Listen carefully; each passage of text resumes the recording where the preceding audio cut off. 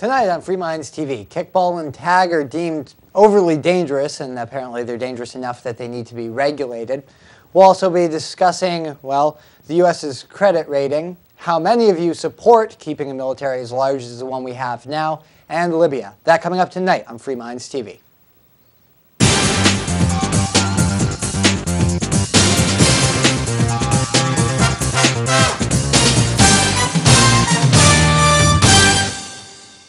Welcome to episode 201 of Free Minds TV, where we challenge you, the viewer, to think outside the box. It is Toby here with you. And Nick. Now, Nick, after last week's 200th episode, where we really went out there and I guess we went on the fringe a bit and said we talked about a lot of the issues that we talk about for, well, 200 episodes now, and how a lot of them really related back to this oppressive federal government we had. And we went out on a limb, and we've actually been saying it a lot, and said, well, this is the issue. Let's get rid of it. And I guess since I talked to you a lot and I've talked to other people of the Liberty Movement, I didn't realize how fringe of an issue that actually is. So we got some feedback of people thinking that we're completely insane. I still don't think we're insane. I think it's all of you who are insane, but hey, who's the crazy one? Yeah. Anyways, one thing that brought that to light not only were some of the emails from people who said, well, if we had 50 little countries, we'd all be going to war and we'd be killing each other, which I don't believe that for a second, but okay. The other major thing is some of the front page stories that have been coming out, because while we were really insane to be saying that we're going towards this huge amount of debt 5 years ago when we started the show, people called us insane about the problems that are happening now. People called us insane to say that when we said we were worried about inflation and we were worried about the debt becoming too much in the federal deficit. The dollar becoming devalued. You all called us insane then too. So I do feel okay still going out on that next fringe branch, because eventually I think people will come around. You have to push the envelope. Yeah. By the time they come around to that, you're all right. We're already a little ways behind the times. Because now the big news media stories are talking about cutting the deficit because it has to be cut, and some of those numbers of what the general public thinks we should do are, they're dismal. We'll be getting into those, discussing that. But first I wanted to go back into one of those, they're kind of a funny story, but they're sad at the same time. But I think most of you will be on my side with this one. And please, if you're not, email me. If you think I'm insane for ripping on, I think this is the state of New York, please, by all means, email in. Because if I'm insane for thinking that dodgeball and kickball are fine sports to be played without state regulation, well, I guess I'm not going to win your heart and mind, and you might as well just continue to be angry at me. But I'd love to hear from you. Anyways, this coming from lowhud.com, where Albany, New York, reporting from, watch out for these dangerous games of kickball. The State Department of Health may label games such as tag, wiffle ball, kickball, and horseshoes as posing a, quote, significant risk of injury at day camps, and may require indoor camps that offer these activities to be regulated by the state and local health officials. Now, state law that took effect this month requires increased oversight of indoor day camps as a way to ensure children are in safe environments. And some people are saying that these regulations may be necessary, and any day camps, I guess they already regulate and inspect camps that are take place outdoors, so we're not worrying about those. These are now going after the indoor camps where you might be allowing the kids to play tackle or wiffle ball during, say, a big old gymnasium of sorts. And the new law is proposing that these day camps be inspected. They fill out an I guess it's a 23-page application and pay a $200 application fee. That's only the start of it. This law also may state that if you do play wiffle ball or kickball or any of these tag dangerous sports out there, that you may have to have a nurse on staff. That's up in the air right now. We'll see how that turns out. That would effectively either hike the prices way up or shut down many of these day camps. The rules are strict, but it's always for a good reason, said Byron, who oversees the town's day camps. Oh, it went on. So I'm not going to read the whole article. I'll post it up on the website if you want to. But it's okay because, quote, it's about safety. of the children. It's always about the children, safety of the children. You know what? When I was a young warthog, went to a special day camp where we played kickball and dodgeball. We even played some really what they call hardcore dangerous games like Red Rover, and I turned out just fine. Red Rover was pretty hardcore. Yeah, I mean, slamming into people. We would never even breach the subject of playing a horrible, dangerous game like that. But you know, I think there's more in a danger than the article talks about how this will raise the fees for parents sending their kids to camp, shut down many camps as well, and make day camps more of a bureaucratic manner. I think there's more in a danger to this than just that, which is quite annoying. There's a bigger danger here, and it's how the next generation of children are being raised. We are raising them to think that the game of tag poses, quote, a significant risk of injury. Kickball poses a significant risk of injury. How are these kids going to survive this world if they are being raised to think that they can hurt themselves in a significant manner by playing tag or kickball or any other playground game? It's okay to get a skinned knee. It's okay to get a bump or a bruise. It's okay. These are good lessons for kids to be learning. But when we're telling them that it's too dangerous, oh, you got to be afraid of everything. Well, those are going to be some pretty wussy kids who grow up, who are afraid of everything, have major anxiety disorders probably. I don't know. They might just be soft people, which is, I think, another problem we're running into in this country. But these kids are going to have to live in a very cruel world. It's probably going to be a lot crueler than the one we're living in right now. Right, yet we're raising them to be afraid. I can't remember. Glass half empty type of people, I guess. But. I can't. Well, Nick, I'm sorry. The world is it's a rough and tumble place, and it's getting harder. It's not getting easier. There's more competition. It's more cutthroat out there once you enter the adult world. I'm sorry. It's not. I don't think some scraped knees are really what your kids are going to have to worry about. No, but I think that really pampering them and telling them to be afraid of everything is very dangerous. I don't remember if we talked about it on the TV show, but let's take in New Hampshire, for example. They when the Republicans came in, one of the things they did is say, you can now carry guns in the state house, in the Capitol. You're allowed to do Well, that they now. changed it. They changed it back. Anyways, it'd been that previously, way for a few years, always for a few years, you weren't allowed. It was against the law to carry guns in the state house. Whatever, Nick. That's not the point. The point is, as soon as they said you are allowed to carry guns in the state house again, all these parent organizations and even the teachers union freaked out and said, well, then we can't have kids there. We can't have kid tours going to the State House. We have to cancel Dr. Seuss Day, where normally tons of schools would come to the State House and read books, because now there may be dangerous guns in the State House. And be afraid, kids. Be afraid of the State House, because there may be guns there. Seems like that was the policy. Allowing guns was a policy when I was in elementary school and we went on a tour of the State House, and there were presidential candidates. It was... Remember, I saw Orrin Hatch, if you remember him, was there campaigning. Nobody cared. See, and these things become, I mean, that's more of a political football issue. But I think, I mean, the American people really aren't that tough. I hate to say it. I hate to down on the U.S. because every country's got their problems. I think most people are fundamentally the same.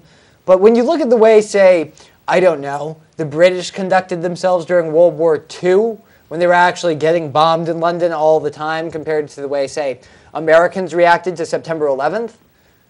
You're a bunch of sissies. We got PTSD. The rest of the world deals with this crap. Places like England, Israel, most other places in the world, the idea that you might get blown up, well, they realize that it's a statistical, insignificant thing. I mean, it's you shouldn't even bother wasting your time really worrying about it on a personal basis. And you people just freaked out about it for years. How do you there's still people. How are you even entertained by the idea anymore? Yeah. You're probably doing more damage to your cardiac health than clearly. And I think good you're doing. Well, that's the issue. We tons of it. I mean, post-traumatic stress disorder. Tons of people are suffering that from September 11th because it creates anxiety. Because people who are involved, it's might anxiety actually issues. Oh yeah, but I'm talking about people who just watch it on TV. I think that may have something to do with You don't get PTSD from watching an event on television. If you're raised in a country that raises you to think that wiffle ball is dangerous. PTSD, you're just a wimp who thinks they have PTSD because you're from watching something traumatic. Because you're raised in a nation that deems wiffle ball a dangerous sport. And that's an issue. How we're raising the next generation. Just throwing it out there, people. Am I crazy, man? Some of you might think so. Anyways, moving right along, we do want to address it, Nick, because we did anger a lot of people last week. Good. They anger me all the time. That's, we don't get a chance to anger you, what, a few minutes out of your day? Well, it's talking about what the American people think, what their opinions are. And I really do sometimes think, like, most people can see that the United States military is extremely bloated, is driving the budget way over the top, costing us trillions upon trillions upon trillions of dollars, and really having a negative effect on the U.S. overall. I think that. That's in my brain. I think the majority of the U.S. citizens actually see that. I guess I'm wrong. I'm completely wrong. In fact, a majority oppose that idea. The majority think that we shouldn't be cutting, when they're polled about how we cut the budget, how we bring down the deficit, a majority of them don't think we should even touch the military. No.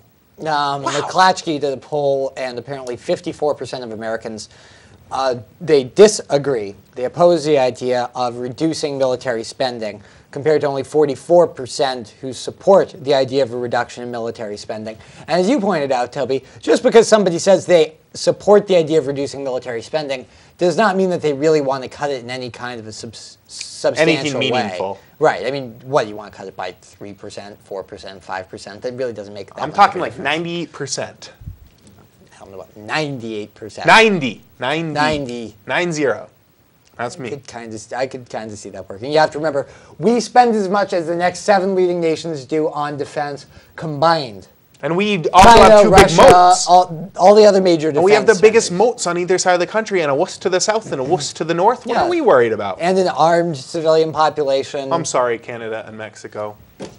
You don't stockpiles of nuclear weapons that aren't going anywhere anytime soon. And 2 huge oceans. And what do we need this huge military for? To occupy other lands? Because we need to be safe, because the slay terrorists foreign are scary and dangerous. dragons? Oh, give me a break. Yeah, slaying foreign dragons is pretty much what it amounts to. I mean, yeah, you do need a military. Someone's got to slay the dragons. You do need a military this big when you've got a war on in Afghanistan and Iraq. You've still got occupational forces in, not really occupying, but, well, in Korea they kind of are occupational. Forces in Japan, Germany. I could go on. There are quite a few others, but those are the big ones. And the U.S. military intervention in Libya now. Oh, and we had a peacekeeping force in Kosovo. But again, I can keep going on, but it gets kind of boring after a while. You know, it's interesting. This weekend I watched the new Robin Hood movie. You know, everyone's familiar with Robin Hood. We all cheer for Robin Hood. This was the precursor. If anyone's seen it, I don't want to spoil it too much, but essentially, you know what it is. It's a evil king going out, slaying foreign dragons, taxing the people, being a tyrant. And I'm guarantee 95% of you who would watch this movie would be cheering for the good guy, who would be Robin Hood. Yet when our government does the same exact thing to us, it has the same exact policies, we cheer for the bigger government? Apparently we do, because 64% of those polled in the same poll, 64% said they supported raising taxes on incomes over $250,000. Remember, most people don't make that much, so it's always great to have somebody else pay for it. Well, I agree with that. That's always easier. When you're being taxed, it's always easier to tax someone else. Yes. So I understand that mentality. That's just a human mentality out there. But the fact that look at some of these other numbers. I think it's only, 18% think we should be cutting Medicaid benefits and stuff. Well, Medicare, I'm sorry. Medicaid, yeah. I don't like the idea. I get it. But what else? What's the other option? Have the entire government we just won't cut anything. No, we'll just raise taxes, and that's the thing. But I mean, even if you love taxes, you're some kind of a socialist-leaning person. It just doesn't make sense. There's a very good chance that raising taxes when the economy's in the state that it is, and businesses are as fragile as they are, there comes a point where if you start raising taxes enough, well, you just don't get as much revenue back because there's just not as much economic activity. It does diminish the amount of money that businesses and individual people like you or me have to, say, spend on things, so businesses don't do as much business. They don't hire, they don't grow. and you don't get more revenues down the line. So at some point, you start taxing more and getting less revenue. Yeah, It's a Laffer curve, so that now happens. I'm sure I'll upset lots of the smaller government people out there. I'm all for raising the tariffs. You want to promote businesses in the U.S.? Well, let's raise the tariffs on imports coming in from other countries. I would actually support a tariff system. Number one, it worked fine for the U.S. and kept government fairly limited for the first part of our history before we had an income tax. If you would get rid, completely abolish a federal income tax, repeal the constitutional amendment saying that the feds can levy an income tax. If you just reduce the size of government, reduce the overall tax burden, but go back to tariffs, I'd be in support of that. I'm not a protectionist. I like free trade. Sure. But if you're going to have a tax system, it makes sense because you have a corporation like General Electric who just simply shuffles their paperwork, moves certain facilities overseas, but really benefits from the United States system. That doesn't pay a dime in taxes. Yet it's benefiting from this entire system we have set up. I don't believe that protectionism works. No, I'm a free trader, but you are going to get some tangential benefits to U.S. industry by having tariffs in place. And if you're going to fund a federal government, which I'm sure 90% of you want to do, because we're on the fringe here. So at least if we count our letters that came in. I'm not saying you couldn't fund them through tariffs if you want this massive military, if you want massive Medicare and other welfare spending. You got to seriously cut back entitlements, cut back, significantly on the size of the federal government. But if you're going to tax us, don't tax people directly on their income. Just tax it at the border when stuff's coming in. And as a tangential benefit, some U.S. industries will benefit. Yes, I know a lot of you are going nuts right now saying, libertarian advocating for tariffs. It's going to hurt some U.S. industries? Sure. Sure it will. But it'll benefit others. Right. I mean, how many of you own a TV out there that was made in the USA?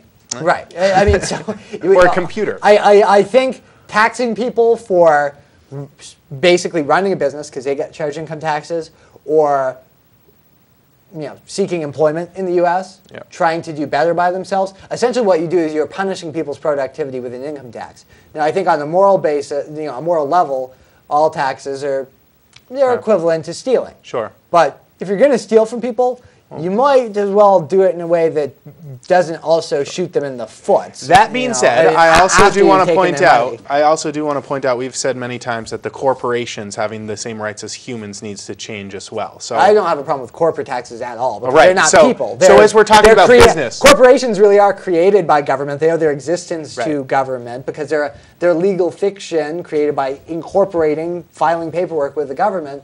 Tax a corporation as much as, or any other legal fiction, an LLP, the limited liability partnerships that are out there. Any of these weird file folder entities that aren't human beings, or that aren't just businesses, a business name being run by an individual person. Tax the crap out of them if you want. I mean, I think there's a point where it just becomes bad economic policy, but I don't think that I don't really have a problem with the government stealing from corporations because the government created the corporations. The corporations owe the government whatever it wants to take, as far as I'm concerned. Sure. Yeah. Well.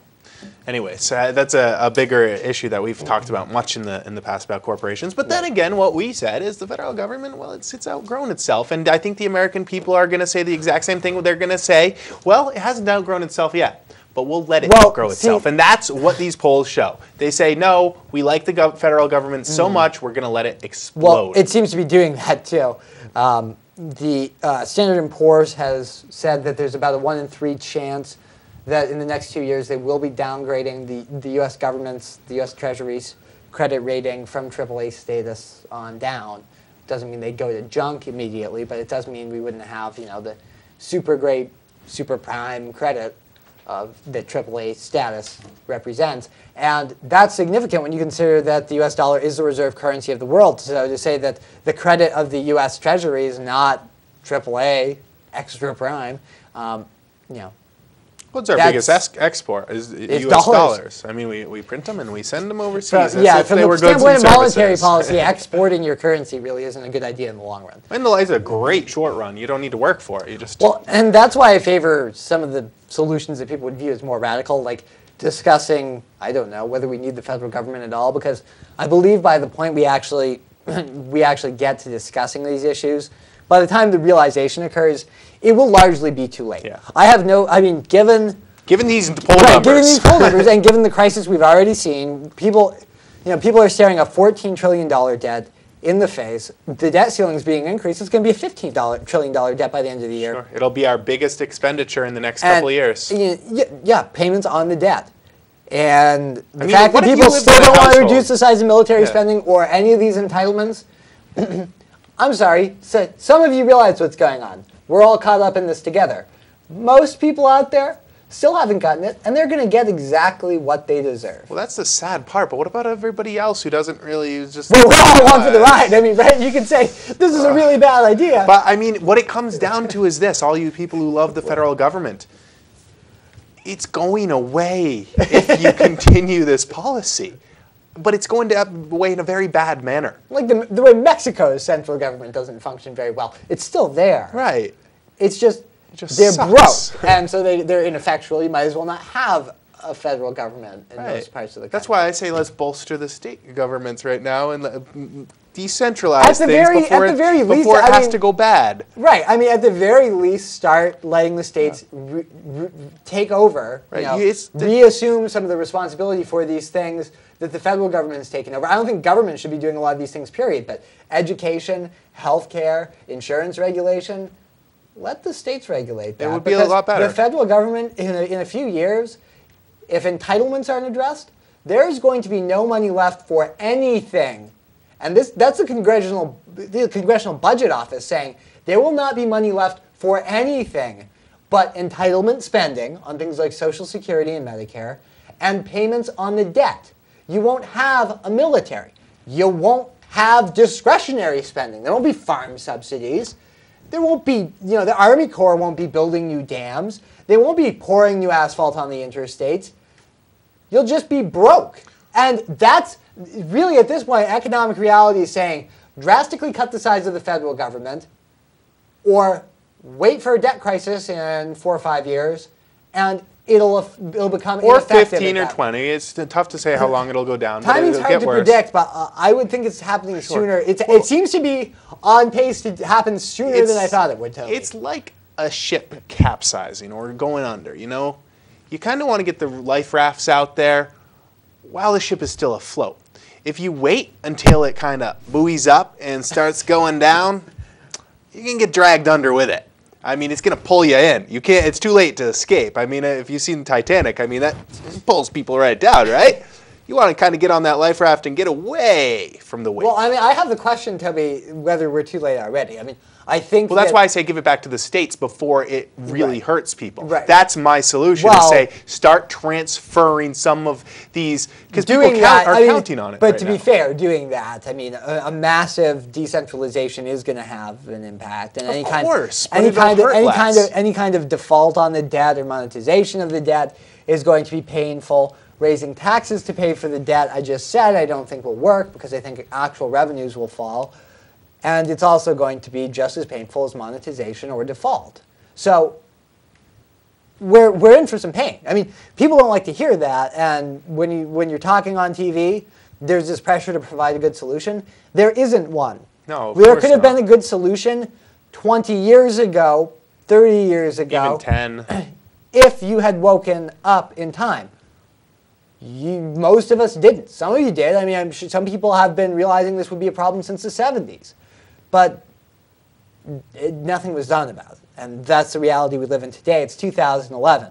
Every year that's wasted where government spending isn't reduced, and in fact usually increases, just makes the problem worse. Just means that any solutions to things like Social Security are going to have to mean much higher taxes than they would a couple of years earlier. And they're going to have to mean much greater cuts in the spending. That's just the economics of the thing. So, yeah, that's the way it is. It's going to be painful no matter what's done. So you might not like our solution, say we're crazy. Yeah, our ideas are going to involve some pain. They're, in some ways, you could say, a really bad idea. They might just be the best out of a basket of really bad ideas because the status quo just seems absurd to me. That seems worse than dissolving the federal union to me. Because I think it's going to hurt average people more. And as much Right. as I'd like to say people deserve it, I really don't like to see people suffer because, honestly, normal people don't have time to pay attention to things. Well, it's kind of like this. When would you prefer to move out of an apartment, Nick? Would you prefer to move out when the landlord comes and starts throwing your stuff out the second floor window and it's all smashing on the ground? Or would you like to have a few days and move yourself out so you can carry your stuff down the stairs? That's how I relate it. But we're already past due on the rent by about 10 Oh, yeah, absolutely. But let's at least... Let's not We're still going to let's not wait for the landlord to smash all our stuff as he hucks it into a dumpster that's parked outside. Right. That is, let's start deconstructing this thing now. That's a good analogy. Because it's these poll numbers, they're dismal, folks. Yeah, well, I wish we would start deconstructing it now. But we're not going to because... No, they'll raise taxes is what they'll do. They'll raise... Well, they'll try, but then who knows what will actually happen. I think the debt will continue to increase. We'll continue to print dollars because that's the easy way out. You can kick the can down the road very easily by just printing more dollars. You can kick the can down the road. A lot of what monetization, what inflation does, is it masks... Well, that is raising taxes, you're right. Right, and it just masks the economic downfall. Well, that's another solution that I'm actually okay with. A jubilee. Make the dollar completely worthless if you do it in a rather slow manner and erase the debt. Absolutely not. Overnight Monetization. I don't know. No, they've done this in other countries. I want to be able to still pay my mortgage. No, but your mortgage would be wiped out. Oh, good. Then I'm you just add 2 zeros after every number on money. And all your houses $1 bill becomes a $100 bill. A $100 bill becomes what, $10,000 bill. And everything, prices and everything go up overnight. You know who gets wiped out? China. Banks, everybody. It would be disastrous. Rich for people in China. But well, domestic banks get wiped out too because then you pay back your loan. I don't care about them. But them. You do wipe out all domestic lenders. They have me you by also the wipe out cojones the right national now, debt. The national debt it gets cut by 99% overnight. Yep. If they were going to do inflation that way, might not be so okay painful. with that. Yeah, let's do that. It's not the way it really works. Though. Jubilee. Not the way they're doing it now. They're just going to keep pumping money into the system. Prices rise faster than wages. If you're somebody who works for money, or even somebody who lives off investments, but you just need them to outperform inflation, you're getting screwed. Well, you know what? I don't feel bad for the people who the money is owed to. I don't know any of them. They're all rich. Huh? That's not entirely true. I mean, a lot of the U.S. debt is held by like pension funds. So working class people do have, in some cases, have a stake in the national debt. But honestly, it would be... I think they do better. I would think it would be a fairly... In many pension funds, it would be a pretty small percentage. And yeah, I don't care about it. Wipe it out. Anyways. Sorry think about we're your crazy. Fund. You still pay it back, just with devalued money. We'd love to hear from you. freemindstv.com is the web address. From there you can get the contact info and all the great stuff on our website. Until next week, it's been Toby here with you. And Nick. Have a good one.